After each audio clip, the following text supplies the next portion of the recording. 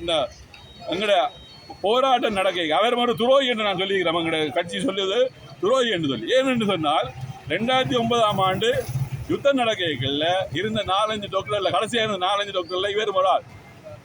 இவர் சரியாக செயற்பட்டிருந்தால் என்று சொன்னால் இவர் எங்களுக்கோ வெளிப்படுத்த வேண்டிய விஷயங்களை, அதாவது என்னென்ன நடந்தது, எவ்வளோ இழப்புகள் நடந்தது, அதாவது செத்தவை மற்ற காயப்பட்டவை எல்லா விஷயமும், எவ்வளவு பொருளாதார நஷ்டங்கள் சகலம் தெரிஞ்ச ஒரே ஒரு மனிதன் இப்போ இருக்கிறான் எங்களுக்கு தெரிஞ்ச அளவில் டாக்டர் சத்தியமூர்த்தி மட்டும்தான்.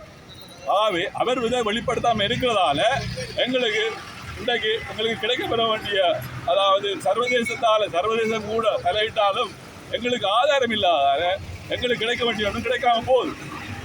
ஆகவே இவர் அமைதியாக இருக்கிறதுக்கு காரணம் அரசாங்கத்திலே இருந்து சலுகையை பெற்றுக்கொண்டு இவர் காலம்பூரா யாழ் ஆஸ்பத்திரி டிரெக்டராக இருக்கிறது கொள்ளையை தவிர இவர் மக்களுக்காக எதுவும் செய்யவில்லை. இன்று பாரிய டெவலப்மெண்ட் செய்கிறான்னு சொல்லி அவர் சாதாரண குடும்பத்தில் பிறந்தவர். இன்றைக்கு பல கோடிக்கு அதிபதி.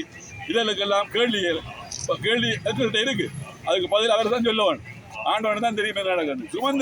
சுமந்திரன் விலாங்கு மீன் போல எங்களுக்கு நடக்குது. அதாவது அரசாங்கத்துக்கு எங்கள் தமிழ் மக்களுக்கு தலையும் அரசாங்கத்துக்கு வாதம் காட்டி விலாங்கு மீன் போல நடக்கிறார் என்பதை தான் இச்சந்தர்ப்பத்தில் கூறுகிறேன். நன்றி.